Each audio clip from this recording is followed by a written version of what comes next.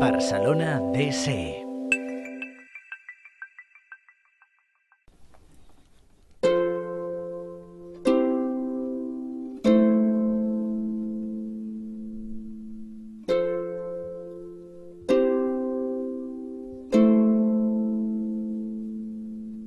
Coming out in 16 languages now, which is something I never imagined. So it's all wonderful. I mean, it feels unbelievable.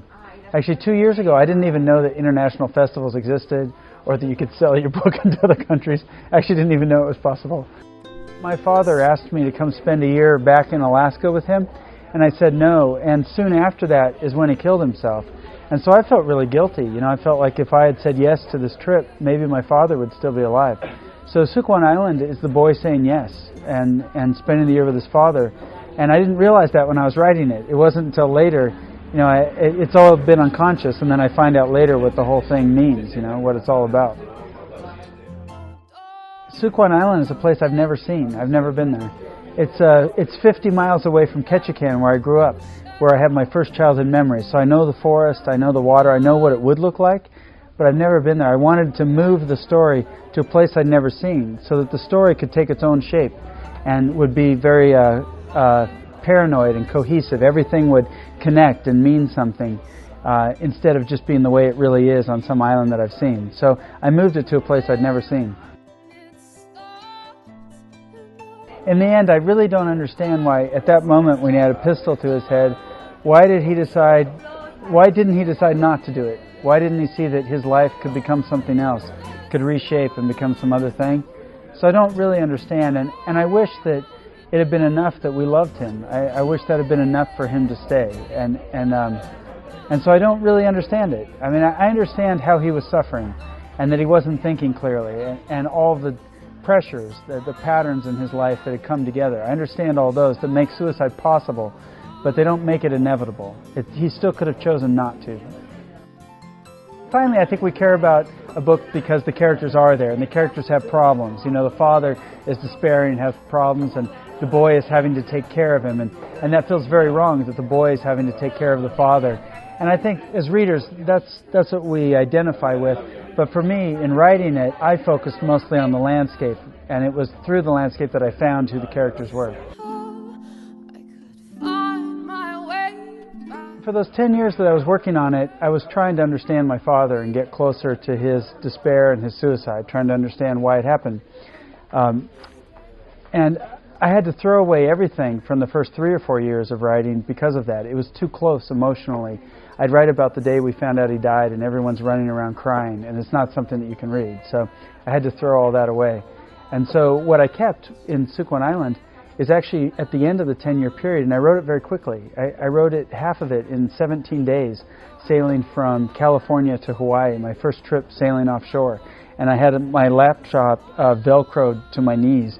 I was going back and forth in the waves, writing, and it was this rush, you know, this very fast moment. So it took 10 years to figure out how to write about him, but the book, what's kept there, it actually came very quickly. And I was reading novels by Cormac McCarthy and Faulkner when I was doing it also, so I was influenced by them.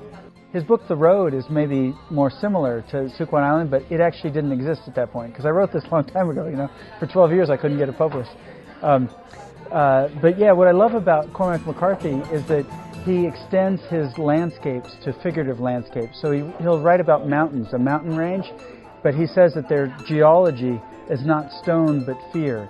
And it's that extension from the stone to the fear where the literal landscapes become figurative landscapes. And that, to me, is what's really interesting in writing. Because if I focus on the Alaskan landscape and I write about it, the unconscious starts to pattern the story and starts to make shapes that weren't my ideas and weren't my plans. So there's a huge surprise halfway through Sukkwan Island, which I didn't see coming. I had no idea it was going to happen. And that was the first time I really understood that writing's unconscious, that it's not our ideas and our plans. It's instead this shaping that we didn't expect. And it only happens if we focus on place, on the landscape, and just describe that landscape, and then it shifts and changes shapes and tells us about who the characters are. I don't feel guilty anymore. I had insomnia for 15 years. I couldn't sleep. I got over that. For 3 years afterward, I told everyone he died of cancer because I was ashamed, and that went away. I was really angry for a long time, and that was the last to go, actually, and that's only maybe 5 years or so that I haven't felt really angry at him. And it's because I've gotten old enough that I've failed in my own life, and I'm more sympathetic now. So I don't think I'm obsessed anymore with trying to understand. I understand that I'll never understand, and that I understand enough.